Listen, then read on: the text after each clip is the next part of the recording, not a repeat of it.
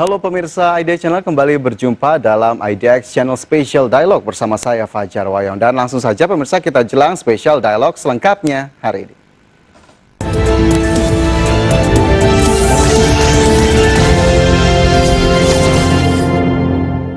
Ya pemirsa, gaya hidup konsumtif dan serba instan seringkali dikaitkan dengan generasi milenial. Nah, bagaimana sebetulnya solusi bagi milenial untuk bisa memenuhi keinginan, namun tetap mampu mempersiapkan kebutuhan di masa depan? Berikut informasi selengkapnya.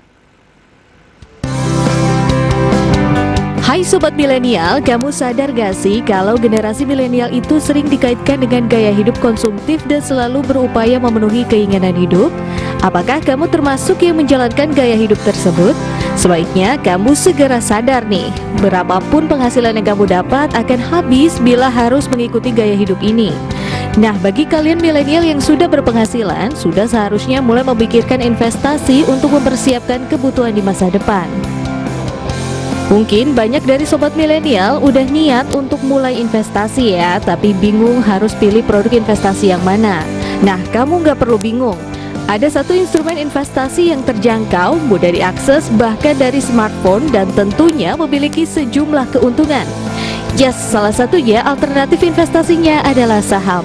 Pasti kalian udah sering dengarkan soal saham, tapi mungkin kalian masih bingung nih gimana cara mulainya.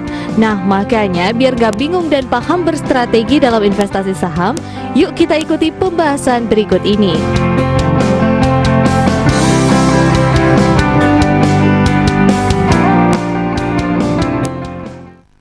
Ya, kali ini spesial banget nih. Ada bahasan kali ini terkait dengan millennials untuk menabung saham, bagaimana kemudian caranya dan strateginya seperti apa. Apakah kemudian Anda sebetulnya sudah memiliki niat untuk melakukan investasi saham tapi belum tahu bagaimana kemudian harus memulainya? Langsung saja kita coba ulas bersama di hari ini bersama dengan Kefas Evander, Stock Market Enthusiast. Halo Mas Kefas. Halo Mas Fajar. Ya Mas Kefas, ini kali ini temanya lebih santai begitu ya, tidak segitu seriusnya seperti edisi-edisi kita sebelumnya terkait dengan investasi saham. Nah ini untuk kemudian akhirnya membangkitkan minat begitu, kemudian juga menjadikan motivasi begitu ya terkait dengan investasi saham, terutama bagi para millennials. Mas Kefas boleh nggak sih berbagi sedikit bagaimana sebetulnya awal mula akhirnya Mas Kefas terjun akhirnya di dunia investasi saham? Oke, awal mula pertama kali ya. Ya. Pertama kali itu pemulainya pas kuliah sih. Pas kuliah dengan semester 4, semester 5 itu mulai sekitar tahun 2014 kemarin. Awal mulanya sih sekedar pingin menambah uang jajan lah layaknya mahasiswa lah ya. Oh gitu, kita pingin beli ini, pingin beli itu, kayak aduh pingin dapat duit jajan lebih ini. Terus mikir apa ya caranya ya, gimana saya bisa menghasilkan tambahan uang jajan, tambahan uang. Tapi dengan cara yang saya nggak harus langsung bekerja di kantoran. Karena kan waktu itu masih kuliah ya, jadi saya nggak bisa langsung kerja kantoran yang full time seperti itu. Mikir-mikir, kebetulan memang orang tua saya pernah ngasih tahu investasi saham. Dan waktu itu saya dulu nggak tertarik gitu ya, tapi karena udah kuliah dan mulai ada kebutuhan, ngerasa kayaknya ini bisa dicoba gitu. Dan akhirnya saya pelajarin di 2014 kemarin dan ternyata bisa menghasilkan juga dari situ. That's why, wah ini enak banget nih ilmunya nih. Investasi saham, kerjanya nggak terlalu sibuk, agak santai, tapi kok bisa menghasilkan keuntungan. Bisa menghasilkan keuntungan begitu ya? Tertarik lagi, iya. Oke, tadi Mas Kefas sebut tahu salah satunya dari orang tua begitu ya. Apakah kemudian memang orang tua juga bergelut di dunia pasar modal begitu, termasuk juga investasi saham juga atau seperti apa? Kebetulan memang orang tua juga sudah pernah berinvestasi nyemplung ya dari tahun 2000 kebetulan. Gitu. Jadi memang, tapi dari dulu meskipun orang tua udah tahu tentang dunia saham ya, tapi udah dikasih tahu juga, tapi sayangnya yang kayak belum melek finansial kan. Belum melek finansial ya. Dan akhirnya baru sadar pas kuliah, oh ternyata ini memang dibutuhkan seperti itu investasi. Tapi lingkungan kuliahnya sendiri, mungkin teman-teman terdekat begitu apa, memang sudah jadi pembicaraan juga investasi saham sepertinya seru nih, atau justru Mas Kefas seperti kayak sendirian begitu di antara teman-teman lain yang akhirnya malah duluan begitu memikirkan investasi di saham? Oke, kebetulan saya memang jurusan kuliahnya ekonomi, tapi saya ambil majornya itu sebenarnya bisnis. Jadi memang awalnya saya kesukanya lebih ke dunia bisnis real ya. Gitu. Jadi memang meskipun kuliah di jurusan bisnis, tapi yang melek saham pun juga sedikit sekali pada waktu itu. Gitu. Dan itu pun tertarik karena kebetulan memang di kampus itu ada galeri investasi Jadi waktu itu pun saya sendirian tuh ucuk-ucuk datang ke galeri investasi nanya gimana sih cara transaksi saham. Bahkan saya nggak nanya ke orang tua. Oh gitu, Gimana oke. caranya. Jadi saya nanya aja penasaran gitu. Oke, nanya penasaran ke galeri investasi, datang, akhirnya mulai mendapatkan jawaban dan ketertarikan setelah itu, Mas Kefas? Awalnya kan kalau diajarin di galeri investasi kan mungkin kayak teknik-teknik cara beli, cara jual gitu ya.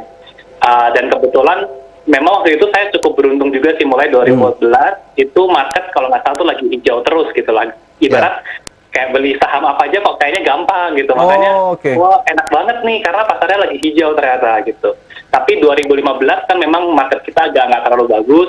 Di situ saya juga mengalami kerugian pasti ada. Tapi itu saya malah ingin belajar kok 2015 saya untung, 2015 saya rugi ya. Kenapa nih, ada yang salah nih? Makanya saya belajar terus dan ternyata turns bisa menghasilkan lagi sih. Oke, jadi periode-periode belajarnya juga langsung di saat itu juga begitu ya. Nah ini terkait dengan investasi saham, saya juga sedikit nih Mas Kefas mau menginformasikan kepada para pemirsa, tentunya ada keuntungan dan risiko ya pastinya dalam investasi saham. Nah beberapa hal berikut ini juga mungkin bisa menjadi informasi untuk Anda pemirsa, di mana dari sisi keuntungan, ini dari investasi saham sendiri yang pertama transaksi mudah. Saat ini kita tahu smartphone juga bahkan sudah bisa dipakai untuk bisa bertransaksi saham, kemudian juga potensi imbal hasil yang tinggi atau return begitu dari investasi ini sendiri. Sementara itu investor sebagai pemilik perusahaan apabila memang memiliki sejumlah saham dari emiten atau perusahaan tersebut. Kemudian keuntungannya juga dari sisi pembagian dividen perusahaan. Sementara itu dari sisi risiko, ada kerugian selisih harga atau capital loss, kemudian juga likuiditas transaksi,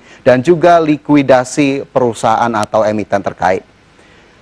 Nah, Mas Kefas melihat keuntungan dan risikonya sendiri. Dulu memang tidak, bagaimana kemudian akhirnya menimbang-nimbang, akhirnya, oke, ini saya berani. Karena risikonya kan cukup besar juga ini untuk investasi saham. Iya, awalnya kan melek investasi karena sebenarnya melek finansial personal dulu ya, personal finance dulu. Dari personal finance itu kita belajar ada satu hal mengatakan bahwa berinvestasi itu memiliki resiko, yes. Tapi tidak berinvestasi itu jauh lebih beresiko. Ya, kenapa? Karena satu kita akan kemakan yang namanya keinginan di masa depan. Ya, kita pasti pingin lah ada mimpi-mimpi ya, dan waktu kita memiliki mimpi itu kan pasti kemungkinan besar membutuhkan uang gitu ya. Dan waktu kita punya mimpi itu, mimpi barang atau liburan atau rumah atau segala macam, kita kan belum bisa capai sekarang. Tapi juga nanti kita ketemu musuh berikutnya, inflasi. Jadi udah punya mimpi, ditambahin inflasi, ya jadi kalau nggak berinvestasi itu akan lebih beresiko. Oke, jadi bermimpi. Kita butuh investasi. Oke, kemudian juga menyadari ada inflasi, kemudian juga risiko untuk setiap investasi pasti ada, tapi jika kita tidak melakukan justru semakin berisiko lagi begitu ya? Ini seperti yang bisa saya highlight begitu atau saya berikan garis bawah dari pernyataan Mas Kefas. Baik, ini sepertinya masih banyak sekali yang bisa kita kupas nih dari Mas Kefas, pengalaman terkait dengan investasi sahamnya, tapi nanti kita lanjutkan di segmen berikutnya ya Mas Kefas ya? Ya, pemirsa Jam Beranjak dari tempat Anda, spesial dialog, Millennials Yuk Nabung Saham akan segera kembali sesaat lagi.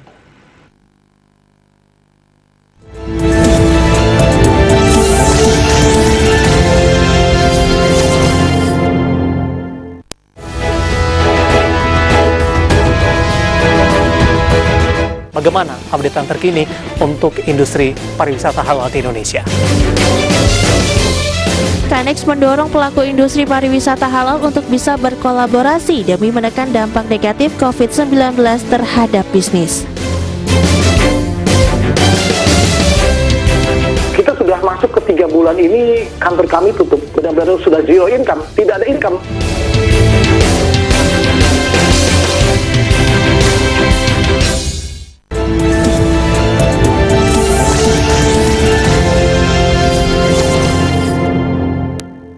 Ya pemirsa, Anda kembali bersama kami dalam spesial dialog Millennials Yuk Nabung Saham. Dan sebelum kita lanjutkan ulasan di hari ini, kami sudah merangkum pemirsa beberapa informasi terkait dengan kesalahan umum investasi saham. Apakah kemudian Anda juga termasuk yang melakukan kesalahan ini atau justru Anda termasuk yang takut untuk melakukan kesalahan terkait investasi ini? Kami informasikan terlebih dahulu ini beberapa poin dari kesalahan umum investasi saham yang sudah dirangkum oleh tim redaksi kami. Yang pertama, ada terlalu tergantung pada satu emiten atau perusahaan tujuan investasi. Kemudian tidak paham sisi fundamental, panik saat market turun, kemudian juga tidak melakukan monitoring portofolio. Poin berikutnya yakni tidak siap menanggung rugi, dan kesalahan umum yang juga biasanya dilakukan oleh investor saham pemula yakni mengikuti tips yang tidak valid. Nah, bagaimana kemudian dengan kesalahan-kesalahan umum ini? Langsung saja kita coba ulas bersama dengan narasumber yang masih tersambung bersama kami. Ada Kefas Evander, Stock Market Enthusiast. Mas Kefas masih bersama kami? Ya, halo Mas. Ya, Mas Kefas, tadi kami sudah sedikit menginformasikan terkait dengan kesalahan-kesalahan umum investasi saham. Ada beberapa begitu ya, terlalu tergantung pada satu emiten, kemudian panik saat market turun. Nah, Mas Kefas sendiri belajar dari pengalaman, pernah tidak melakukan kesalahan umum di investasi saham sendiri? Pasti ada lah ya, pasti ada kesalahan, karena kalau nggak salah juga nggak belajar. Nggak belajar ya, oke. Iya, betul banget. Kalau saya boleh sharing, kesalahan pertama sih mungkin dalam ngatur ini sih, keuangan untuk alokasi uang saya yang saya masukkan untuk berinvestasi. Nah, dulu kesalahan saya itu saya tidak memisahkan mana yang uang kebutuhan dengan mana yang uang dingin. Jadi ibarat saya tidak bisa memisahkan mana uang dapur, uang panas, sama uang dingin. Gitu ya. Nah, jadi akhirnya saya nyemplungin uang saya ke investasi itu adalah uang-uang yang memang saya masih butuh pakai ya untuk bulan ke depan. Saya masih butuh jajan, saya masih butuh makan, saya masih butuh uang transportasi. Tapi uang saya itu saya cemplungin semuanya ke saham. Dan seperti yang teman-teman tahu ya, bahwa saham itu kan berfluktuatif. Ya kalau lagi naik mungkin kita, seneng. Wow, seneng ya. Ya, saya masukin uang saya ke saham. Ya, tapi kan sekali lagi fluktuatif tuh. Ada masanya di mana harga saham itu bisa turun. Dan waktu sahamnya turun, dan itu uang kebutuhan kita pasti bingung. Duh, gimana nih orang saya masih butuh bayar sesuatu, tapi uang saya di saham lagi minus. Nah, akhirnya psikologi saya tuh jelek banget pada waktu itu ya. Karena dikit-dikit saya harus tarik uang saya di saham. Nah, saya belajar dari situ bahwa untuk investasi yang tenang dan sangat nyaman, itu pastikan kita gunakan uang dingin sih, Mas. Uang dingin itu artinya yang memang khusus untuk investasi saham tersebut begitu ya? Dan kita yakin bahwa uang ini ibarat kayak kita nggak akan butuh lah ibaratnya dalam waktu misal 1 tahun lagi, 2 tahun lagi. Jadi kalau ada apa-apa, kita ibarat kayak nggak punya uang itu gitu loh. Tapi tiba-tiba pas kita monitor, terus seperti yang tadi dibilang, nilainya naik. Nah, itu yang kita harapin sih. Tapi kesalahan semacam itu mungkin cerita dari teman-teman Mas Kefas begitu, atau mungkin investor-investor pemula yang sempat berkeluh kesah, memang umum dialami atau tidak sih Mas Kefas? Umum banget Mas, umum banget. Karena hasil ketika ngalamin kerugian, apalagi seperti kita tahu ya, market sekarang kan lagi nggak terlalu bagus ya. Itu teman-teman kebanyakan lagi pada bingung sih. Kenapa bingung? Karena ya semua kebanyakan uangnya dicemplungin di situ, di saham gitu. Dan nggak membagi mana yang kebutuhan, mana yang benar-benar untuk investasi jangka panjang. Hasil, waduh takut, panik. Ya. Kalau panik kan, ya itu kayak tadi seperti bilang, panik ya akan jadi ikutan-ikutan cut loss, ikut-ikutan rugi seperti itu. Tapi panik sendiri itu sebetulnya suatu hal yang wajar atau tidak sih Mas Kefas, jika kita melihat akhirnya market turun, mungkin turunnya lebih dalam begitu? Panik secara emosi memang menurut saya itu sih wajar ya, karena kan ya kita masih manusiawi. Tapi waktu kita panik ya kita harus bisa berpikir dengan dingin sih. That's why waktu berinvestasi pun kesalahan umum kalau boleh saya tambahin adalah kita nggak punya planning. Ya, kita nggak punya planning kalau market turun kita mau ngapain, kalau market naik kita mau ngapain. Jadi hasil kita panik, kita ujung-ujungnya jadi ikut-ikutan. Nah, kita jadi ikut-ikutan, karena market pada turun, adalah ikutan jual ya, takutnya pada turun lagi. Padahal kalau kita udah planning, ya meskipun market turun, disitu sebenarnya juga ada peluang. Gitu.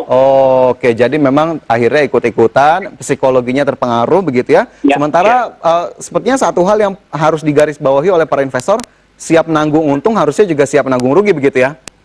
Di pasar saham. Nah, terkait hal tersebut, apakah kemudian akhirnya memahami sisi fundamental juga menjadi satu hal yang mutlak harus dilakukan oleh para investor, terutama milenial yang baru memulai investasi saham, Mas Kefas? Oke, menarik ini pertanyaannya ya. Kalau saya tuh tipikal orang yang percaya ya bahwa banyak jalan menuju ke Roma, gitu.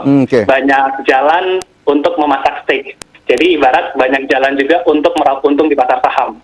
Ada yang pakai aliran fundamental atau aliran yang menganalisa perusahaan. Ada juga teman-teman kita yang menggunakan analisa teknikal. Mana yang lebih baik? Saya bilang dua-duanya baik. Dua-duanya bisa menghasilkan keuntungan. Tergantung dari kita lebih suka gayanya tuh lebih gayanya yang mana ya? Menurut saya itu semua cocok-cocokan. Saya nggak bisa bilang fundamental is the best. Memang kalau kita berkaca di dunia investor-investor dunia yang sudah terkenal kan memang kiblatnya kan kebanyakan ke Warren Buffett karena memang dia seorang investor fundamental. Jadi memang fundamental jadi panutan banget lah. Tapi ternyata kalau kita pelajarin juga ada trader-trader yang menggunakan technical pun yang juga bisa berhasil. Jadi menurut saya balikan lagi ke gayanya masing-masing gayanya seperti Dan tujuan investasinya itu sendiri tentunya ya, itu juga harus disesuaikan.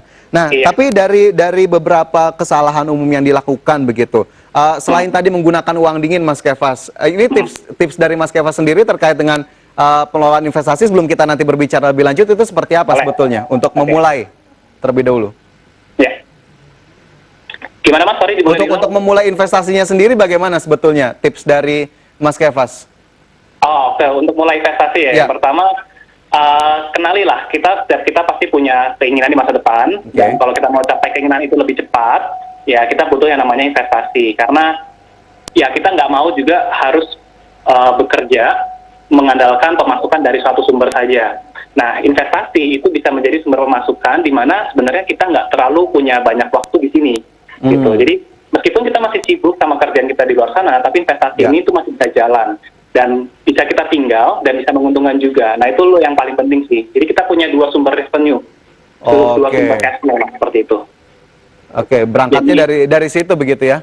Ya, berangkat dari situ. Nah, ini juga yang bikin saya penasaran juga, Mas Kefas. Biasanya kan kita sebagai investor pemula begitu ya, dan juga teman-teman sering cari nih, Mas Kefas, tips dan saran dari berbagai pihak begitu ya. Tapi bagaimana kemudian akhirnya kita menilai sepertinya tips ini cukup valid begitu, karena akhirnya ada yang mungkin terjebak begitu, Mas Kefas, akhirnya masuk ke mungkin ya bisa kita katakan banyak sekali jebakan begitu ya di investasi saham sendiri. Anda bagaimana kemudian saran dari Mas Kefas sendiri?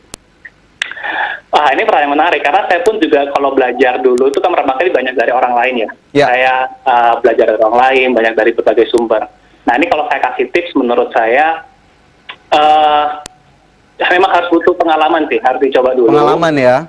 Ya, jadi kalian lihat apakah ilmu-ilmu yang dikasih dari berbagai sumber itu valid dari jangka waktu beberapa kali, dan apakah informasi yang dikasih tersebut itu valuable gitu. Dan kalau kita merasa ternyata tiap kali dikasih info ini, dikasih edukasi ini ternyata emang bermanfaat, nah itu kita baru boleh kayak sepertinya memang sumber ini benar gitu. Oke, jadi lagi-lagi pengalaman, lihat track recordnya juga begitu ya, bagaimana kemudian akhirnya pembuktiannya dari tips-tips atau saran-saran yang diberikan, dan kita lihat dengan kondisi yang ada. Baik, itu semoga juga bisa menjadi catatan juga nih, Mas Kefas, untuk para millennials yang mungkin ingin memulai investasi di dunia saham. Mas Kefas, masih ada beberapa hal yang ingin saya tanyakan juga, terutama terkait dengan investasi saham, melihat pergerakannya sejauh ini, apakah memang segitu prospektifnya investasi di dunia saham, tapi nanti ya, bisa jeda. Oke.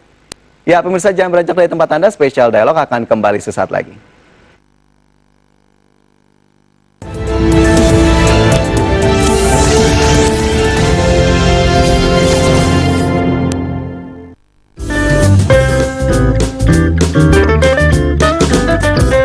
Industri pertambangan, saya melihat bahwa ya ini industri yang kalau dibilang unik ya. Resiko dan hasil itu tidak selalu sejalan. Kita sulit untuk mendapatkan ada penambang-penambang muda yang baru dan yang mau datang ke hutan untuk ketok batu lah, istilahnya ketok batu untuk mencari tahu apakah ada tambang di sana. Efisiensi itu sesuatu yang harus selalu diperhatikan ya. Semua pengeluaran itu harus reasonable.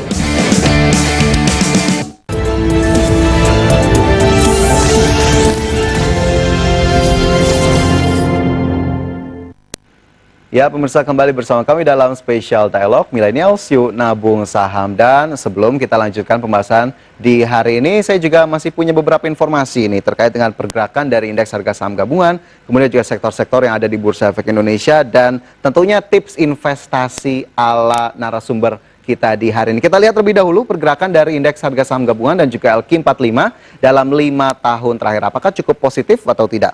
Nah, ini dari 2015, IHSG bergerak di level 4.593.01, kemudian di 2017 meningkat ke 6.355.65, dan di 2019 kemarin ke level 6.299.53. Jika kita tarik dalam 5 tahun terakhir, ini naik 37,15%. Adapun dari sisi indeks LQ45 dalam 5 tahun terakhir menguat 28,08%, dengan di akhir tahun 2019 kemarin di level 1014,41.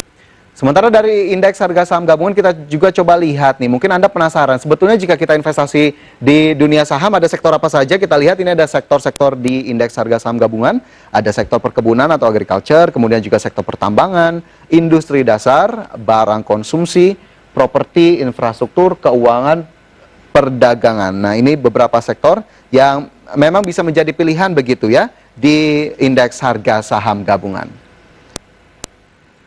Dan berikutnya ini ada rangkuman tips nih yang kami juga sudah siapkan untuk Anda terkait dengan tips investasi di dunia saham ala Kefas Evander, narasumber kami di hari ini. Yang pertama, untuk melakukan analisis atau analisa per industri, kemudian juga memilih 1 hingga 3 saham berkualitas terbaik di industri. Analisa lebih dalam pada saham pilihan, tentukan valuasi atau target harga, dan juga atur portofolio investasi. Ya, untuk membicarakan lebih lanjut nih, masih bersama kami Mas Kefas Evander. Mas Kefas.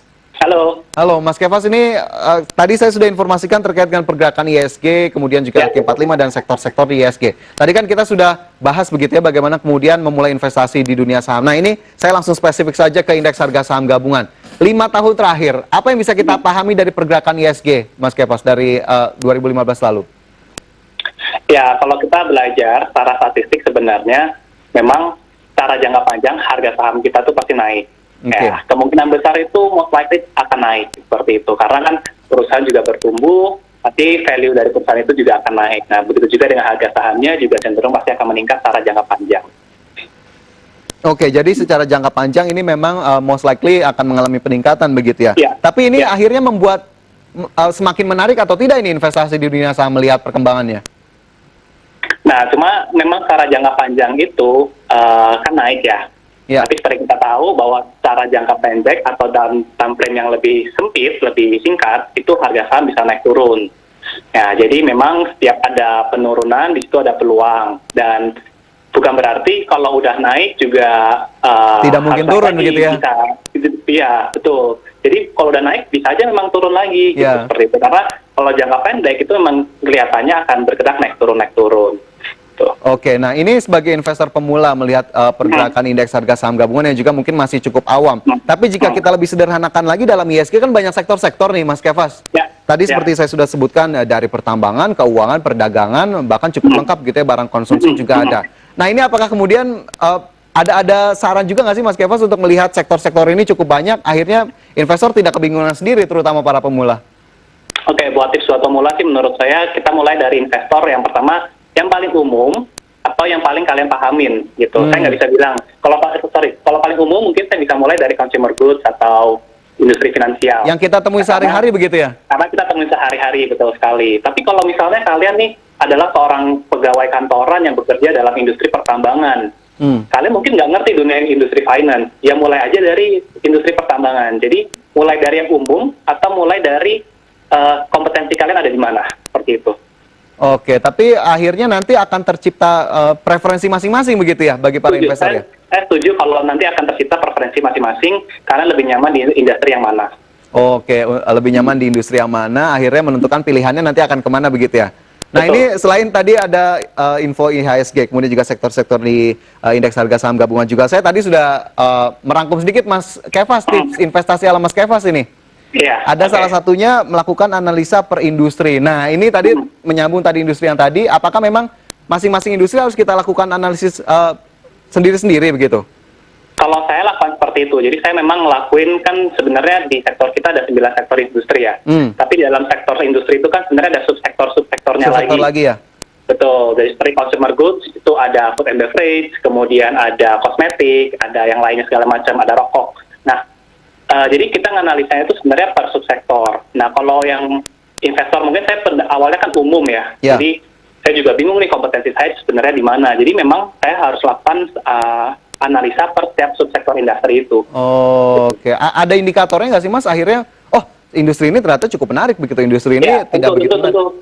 Tentu ada indikatornya ya. Karena kan step berikutnya kan saya bilang bahwa dari subsektor itu pilih yang 1 sampai mentok-mentok tuh 3 lah. Kalau bisa saham yang terbaik di subsektornya. Nah, tentu saja kita bisa ngeliatin dari, kalau saya kan pendekatannya fundamental ya Mas ya. Jadi kita melihat rasio-rasio profitability marginnya seperti apa, return on equity-nya seperti apa. Jadi memang rasio-rasio keuangan yang menilai ini perusahaan itu bagus atau enggak. Nah, saya banding-bandingkan tuh di situ.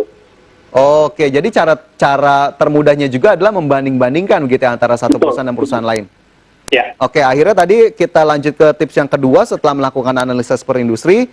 pilih 1 sampai 3 saham berkualitas terbaik begitu ya dari Mas Keva sendiri. Nah, ini indikatornya tadi sudah disampaikan salah satunya rasio-rasio keuangan. Kemudian cara melakukan analisis yang lebih mendalam lagi terkait emiten atau saham tersebut, apalagi yang perlu dilakukan Mas Kevas? Oke, jadi kan kita tadi udah dapat nih Ya. 1 sampai 3 di satu sektor. Nah, ini baru yang kelihatannya bagus. Ya, ini kita masukin ke watchlist dulu lah ibaratnya. Karena kan di saham kita ada 600, kita nggak mungkin langsung ngecekin 600-600-nya kan capek. Jadi makanya kita filter di awal, begitu kita dapat 1 sampai 3 ini yang kelihatannya menarik, kita lebih dalam. Apa yang dilihat lebih dalam?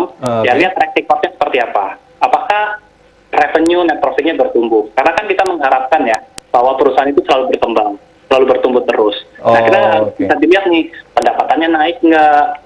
Terus track record manajemennya seperti apa, bagus atau tidak, rutin bagi dividen atau tidak, profitability marginnya naik terus atau enggak, atau malah semua kinerjanya malah turun terus. Nah, itu kan dipertanyakan. Oke, cukup banyak begitu ya akhirnya bisa kita perhatikan dari masing-masing emiten atau perusahaan. Iya. Oke, ini cukup lengkap sekali tadi tipsnya, tapi terakhir Mas Keva, singkat saja, ada tidak yang ingin disampaikan untuk milenials agar akhirnya berani untuk memulai investasi saham saat ini juga? Nah, seperti saya tadi bilang bahwa saya yakin bahwa kenaikan secara jangka panjang itu harga saham kita pasti akan naik secara jangka panjang. Dan jangka pendek itu akan naik turun. Nah, seperti yang kita tahu, sekarang ini kan ada di masa-masa di mana mungkin saham kita lagi indeksnya lagi turun. Jadi kalau ada penurunan itu kita harus lihat nih, apakah perusahaannya ini sebenarnya pasti baik-baik aja. Jadi kalau perusahaannya baik-baik aja, harga sahamnya turun, itu kan adalah peluang sebenarnya. Jadi buat teman-teman yang baru mulai, jangan takut sih sebenarnya, karena di sini ada peluang yang bahkan saya pun juga sudah menunggu-nunggu masa-masa seperti ini. Oke, baik. Jadi selalu ada peluang begitu ya di kondisi apapun, itu yang perlu dijadikan salah satu motivasi begitu bagi para milenial untuk memulai investasi di dunia saham. Mas Kevas, terima kasih banyak ini sudah bergabung bersama kami dan memberikan tips-tips jitunya nih kalau boleh saya bilang di investasi dunia saham. Sukses selalu Mas Kevas dan tentunya jaga kesehatan. Ya, thank you juga Mas, jaga kesehatan juga Mas. Ya, pemirsa, 30 menit sudah kami menemani Anda dalam IDX Channel Special Dialog. Semoga pembahasan tadi dapat menjadi referensi dan tentunya sumber informasi untuk Anda. Dan tetap perbarui informasi Anda hanya di IDX Channel. Saya Fajar Royong, terima kasih. Sampai jumpa.